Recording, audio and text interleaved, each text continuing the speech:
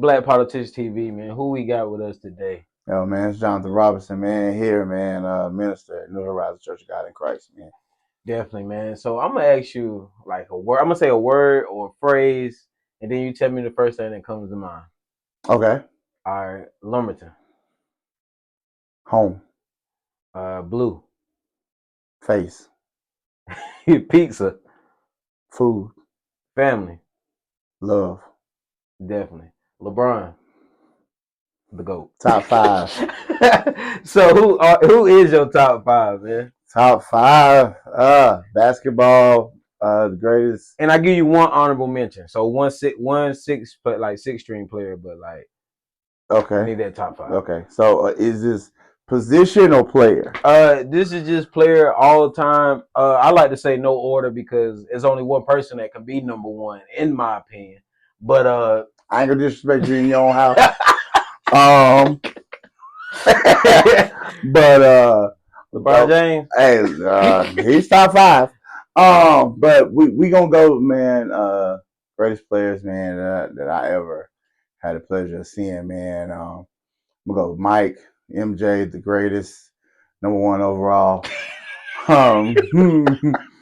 We gonna go AI, man. He was a dog, man, pound for pound, man. LeBron, Shaq, and Hakeem Olajuwon, bro. And honorable number 6, man. Boy, that's rough, man. That's rough. That's rough. But hey, man, I got a 1A and 1B, man. That's gonna be Kevin Garnett or Steph Curry. Now that's tough. I'm not gonna lie. I thought you were gonna say my boy because to me, he is the GOAT, but his career got cut short, and I feel like he would have had 10 rings. Magic Johnson. Magic was tough. Magic probably would have had 10, bro. Magic was tough. I love Magic, man. But you know, I the players that I named were the players that I actually lived through. You know what I'm saying? And so, and those players actually, to me, did something for the culture. Like MJ is MJ. Air Jordan. You know what I'm saying? AI, man. You know, when he came into the league, you know, he went against the status quo, man. You know, he was culturally, man, he shifted the game. Kevin Garnett, you know, he changed the culture, man. Steph Curry changed basketball. You know what I'm saying? Shaq changed basketball, the way that you have to defend him, man.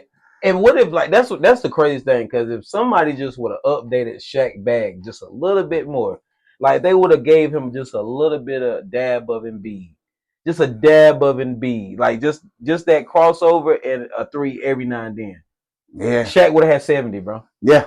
Yeah. Like, and I'm only saying that because he was doing 40 and 30 off dunks and layups. Yeah. Now if he had mid-range shots and a 3 every now and then, Shaq probably would have had 70, bro, 60, bro, for real. Easy. Like easy. He didn't have that dribble. He didn't have that. Ooh, I mean like a crossover, like he never really displayed it because Shaq got lazy. Yeah. Shaq knew he was the biggest and the strongest, so nobody could really do anything with him. So he never saw a need to perfect his game or his craft because he was already the best at what he was doing. You know, and had he had somebody like an Embiid or a Joker or one of them back then to be able to be as strong as he is, but to bring him out the paint to about 20 feet away from the basket and do a move and do all of that, he probably would have saw the need to do all of that. But by that time, man, you know, he had done beat up on Yao Ming, beat up on Ewing, I ain't gonna say he beat up on the Dream. He beat up on Tim Duncan sometimes. He beat up on a lot of people. You know what I'm saying? So yeah, man, and Shaq might have those players, you know, Giannis, Embiid, Joker, I believe those players are like the evolution of who Shaq was. Yeah. And Joker is just so simple with it. It's like, it's almost sad. Yeah, it makes me mad. I don't like him or Luka. Oh, you know I love Luke, man. I love Luke Magic, man. But like Joker, 44 the other night, right? Easily. And I don't never see him get all those 44 points. He just ended up with 44. I hate him because they play so simple. With like shout out to Luka, man, but you know. But Joker is way more simple with his though. Like he do a bop.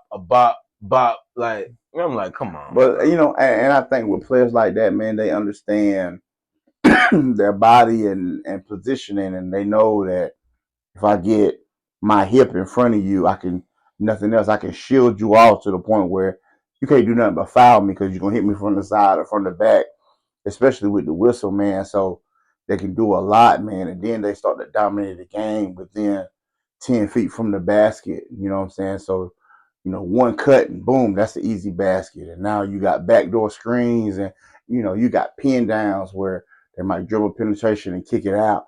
Now you got the sharpshooters out there for the 3-man, and this, you know, they can really wreck your defensive plan, man, if you don't, you know, watch how you defend those guys. So shout out to them guys, man. You know, they in the NBA for a reason. I just, you know, just not my style of basketball I like to play. You know, was you like playing that old '90s, pushing them out the way?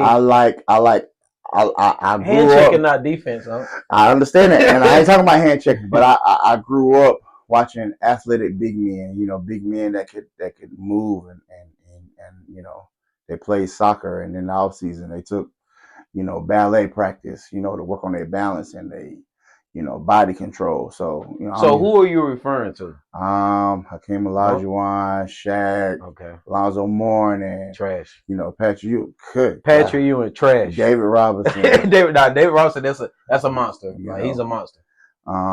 So you know, I'm used to seeing athletic big men, man. You know, and I don't really get a chance to see, especially with people like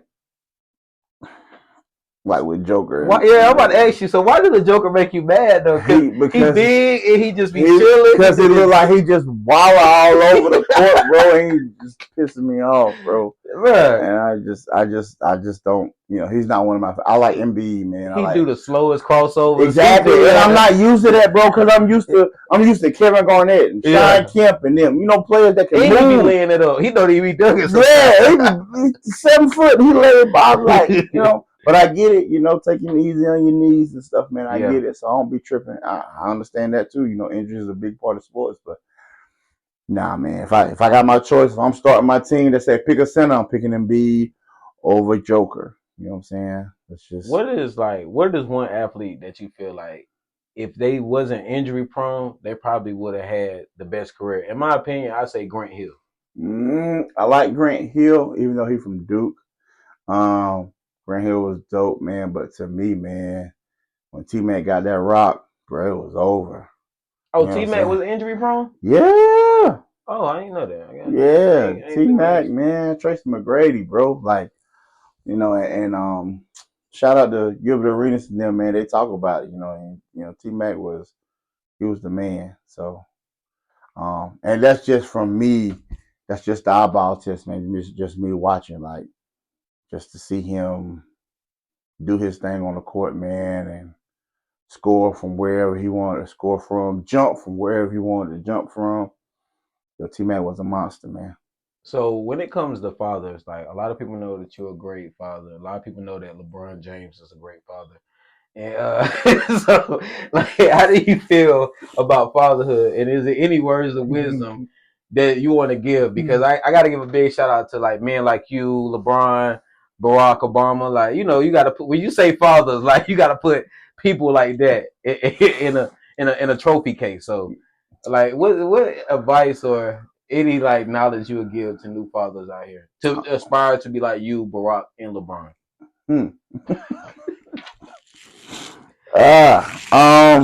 Shout out to LeBron. Shout out to Barack. Shout out to all of the great fathers all across the world, man. And if I could just, you know, impart any wisdom in anything that you're doing, man, just keep trying, man.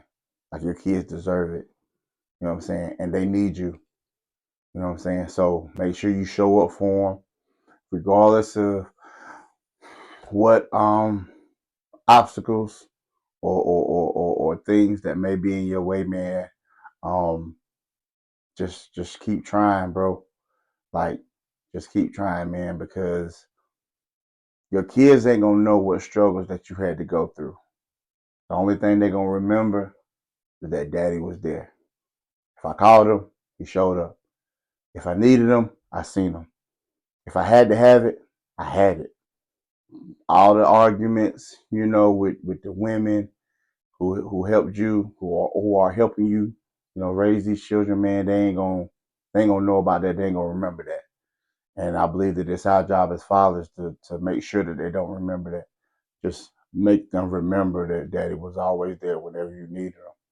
So just keep trying, man, and make sure you get a relationship with God, man, because you're gonna have some issues, you're gonna have some struggles, you're gonna have some things, sometimes where you ain't gonna be able to talk to nobody else about it. And rather you carry that thing around, man, you get you a prayer life and move how God wants you to move, then you'll have purpose, you'll have substance. And those issues and those trying times, God'll make sure that He gonna make sure that they don't destroy you, but they make you a better man. I believe that.